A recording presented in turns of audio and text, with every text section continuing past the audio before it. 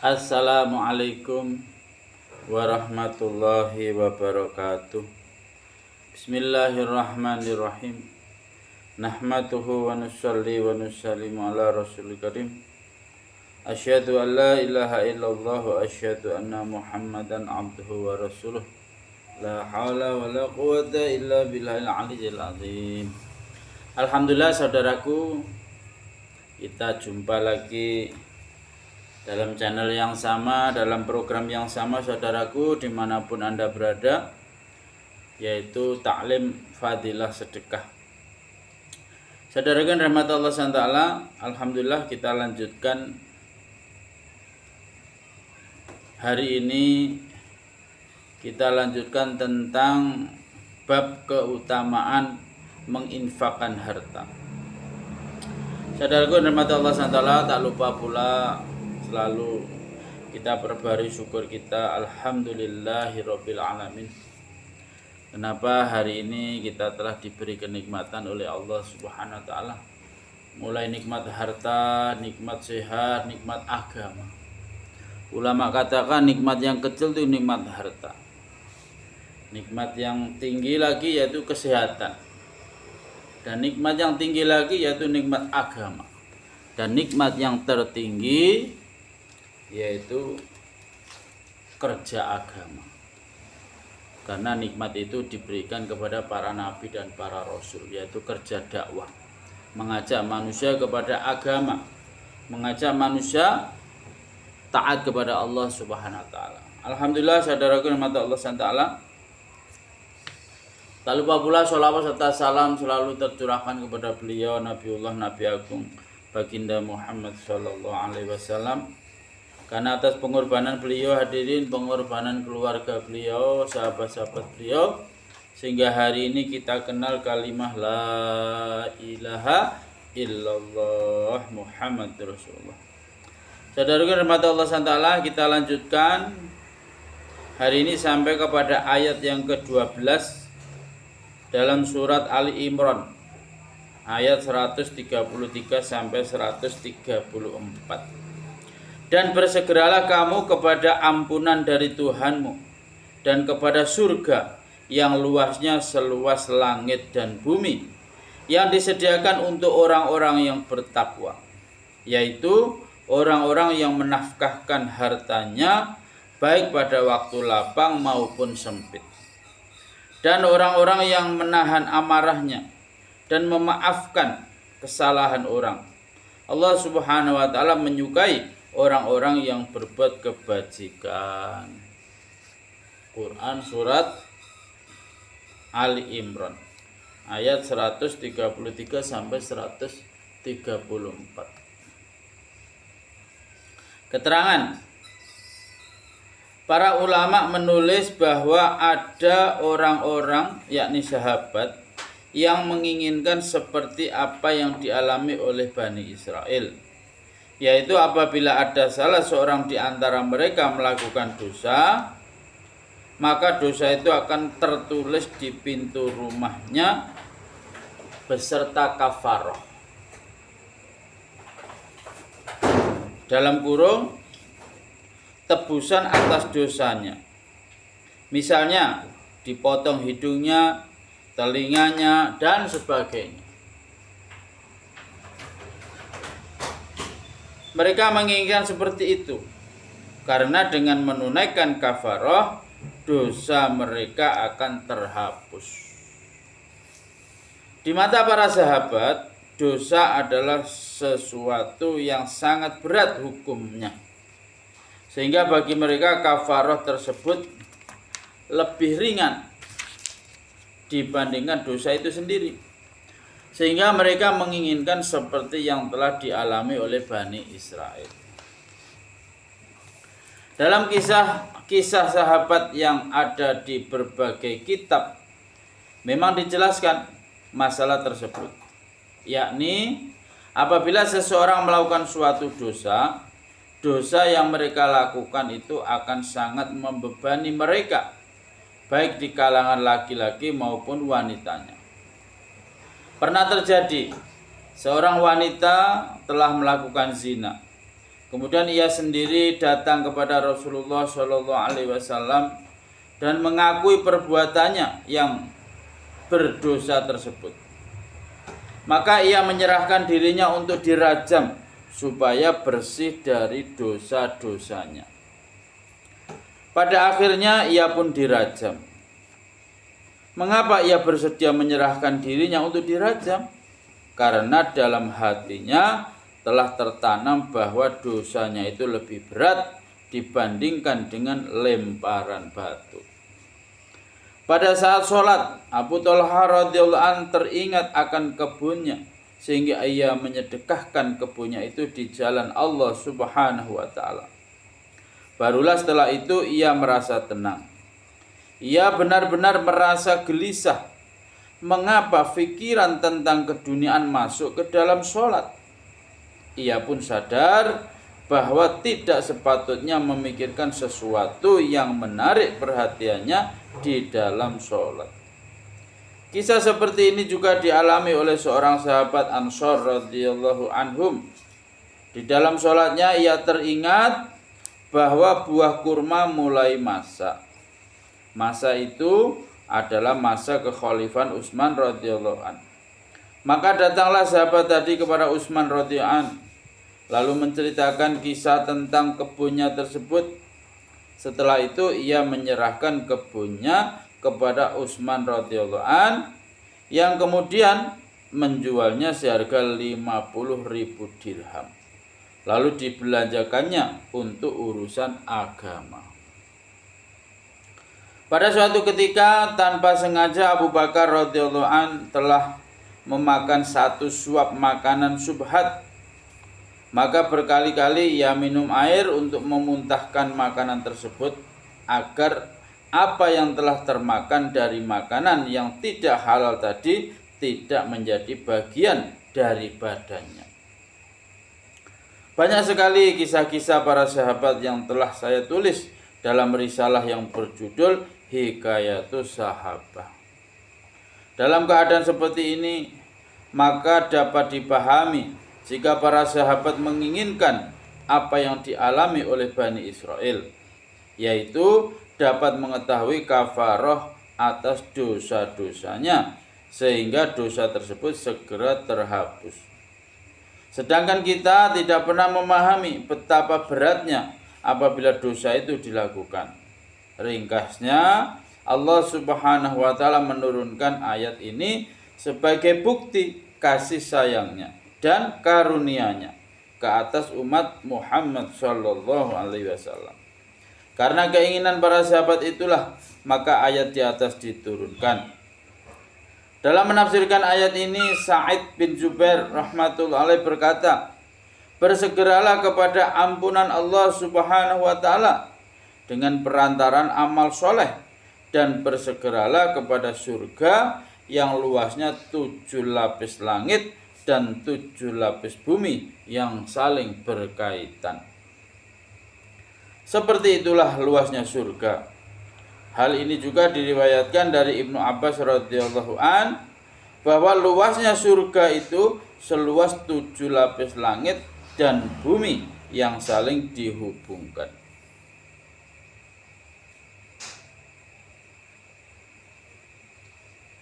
Quraib, seorang hamba saya Ibnu Abbas radhiyallahu an berkata, saya telah diutus oleh Ibnu Abbas radhiyallahu anhuma kepada seorang ulama Taurat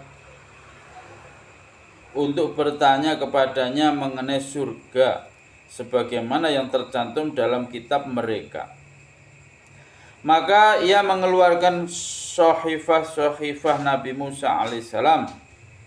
Sambil melihat sahifah itu, ia berkata bahwa surga itu selebar 7 lapis langit dan 7 lapis bumi yang saling berhubungan.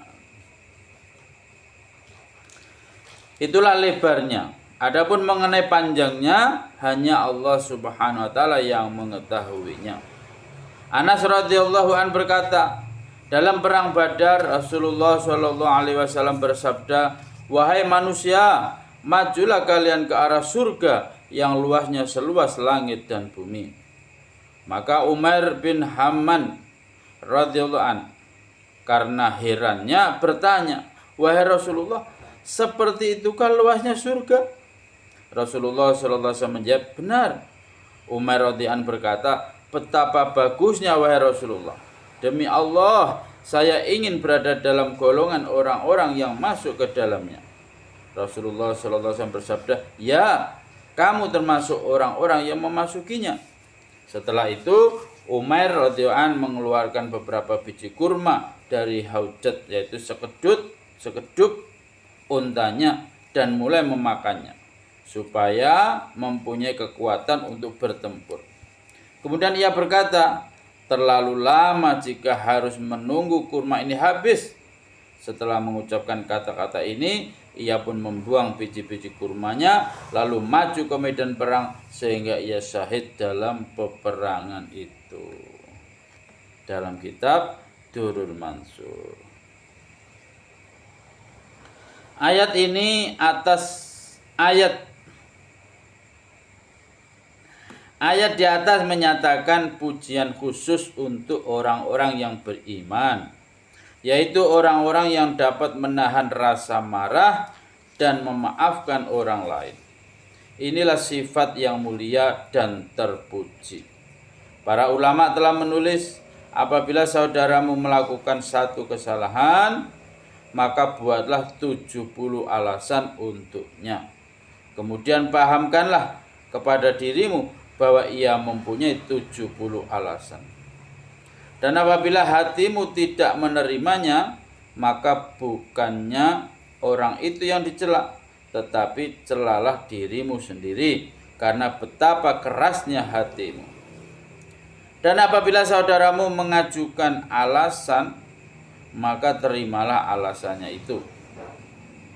Karena Rasulullah SAW bersabda, barang siapa yang dimintai maaf tetapi tidak mau memaafkan, maka ia menanggung dosa sebanyak pemungut pajak yang zalim. Rasulullah SAW bersabda, barang siapa yang dimintai maaf tetapi tidak mau memaafkan, maka ia menanggung dosa sebanyak pemungut pajak yang zalim. Rasulullah SAW menerangkan bahwa sifat orang-orang beriman adalah cepat marah dan kemarahannya cepat pula redanya. Rasulullah SAW menerangkan bahwa sifat orang-orang beriman adalah cepat marah dan kemarahannya cepat pula redanya. Beliau tidak bersabda bahwa orang yang beriman itu tidak memiliki sifat pemarah. Akan tetapi beliau sallallahu alaihi wasallam bersabda bahwa orang yang beriman adalah orang yang cepat reda kemarahannya. Imam Syafi'i rahmatullah alaih berkata, barang siapa tidak marah oleh perkataan yang membuat marah, ia adalah keledai. Dan orang yang dimintai maaf tetapi tidak mau memaafkan, ia adalah syaitan. Karena itu Allah Subhanahu wa taala berfirman, dan orang-orang yang menahan amarahnya. Bukannya berfirman, dan orang-orang yang tidak mempunyai sifat marah. Dalam kitab Ihya Ulumuddin.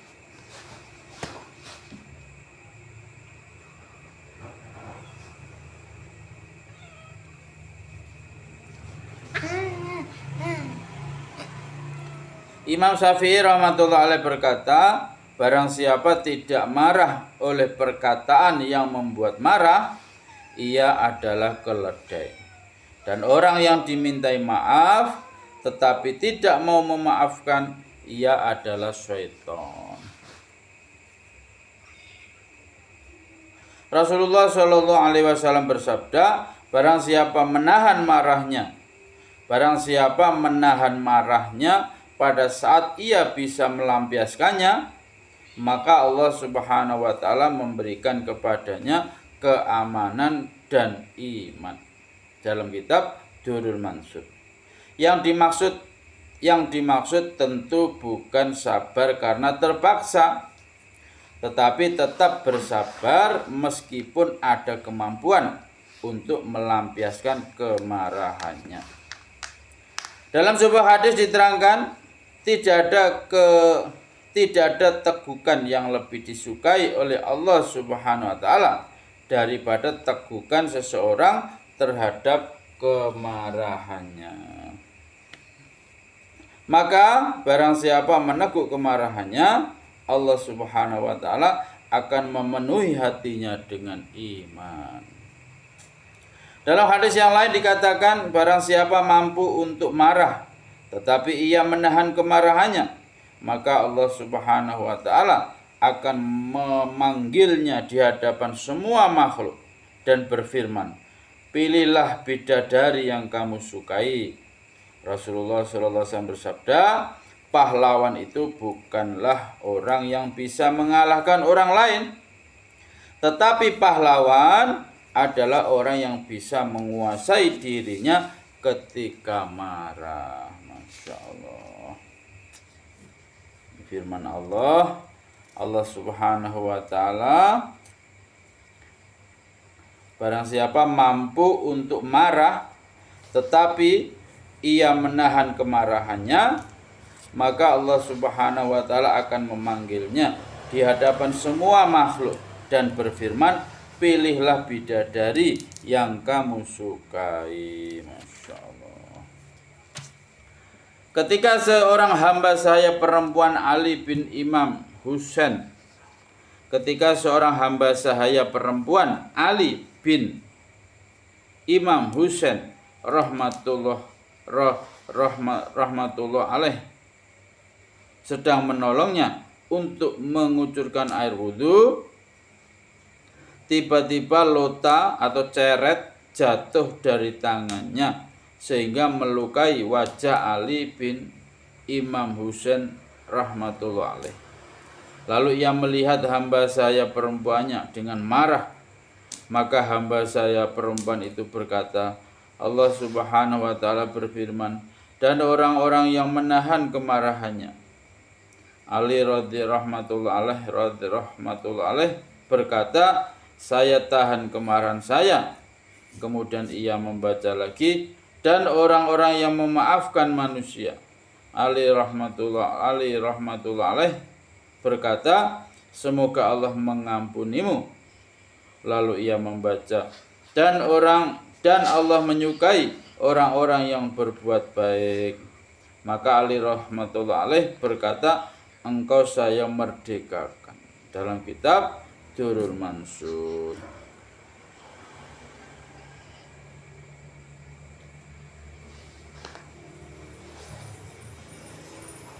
Masya Allah.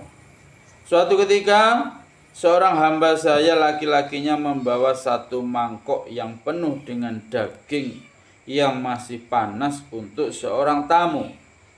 Lalu mangkok itu jatuh di atas kepala anaknya yang masih kecil sehingga anak itu meninggal dunia. Maka ia berkata kepada hamba sahayanya, engkau merdeka. Dan ia sendiri sibuk mengurusi pengkafanan dan penguburan anaknya. Dalam kitab Raud. Masya Allah. Alhamdulillah. Saudaraku yang dirahmati Allah SWT, Masya Allah. Kitab yang luar biasa ya. Saudaraku yang dirahmati Allah SWT, jadi kitab ini kumpulan dari beberapa kitab besar ya. Ada kitab Durrul Mansur, ada kitab Ihya Ulumuddin punyanya Imam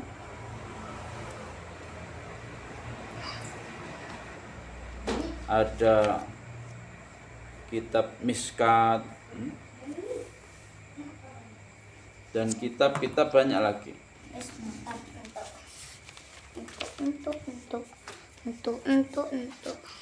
Ada kitab Durrul Mansur dan banyak kitab-kitab yang dikumpulkan dalam satu kitab ini. Masya Allah, saudaraku rahmat Allah Biar SWT. tajane bi. Aja Mudah-mudahan apa yang kita dengar Allah SWT beri kepahaman, dan jangan lupa di-share saudaraku ke teman-teman yang lain ya, agar tahu berita-berita akhirat. Ini berita-berita daripada Allah SWT, berita-berita dari baginda Nabi Muhammad SAW.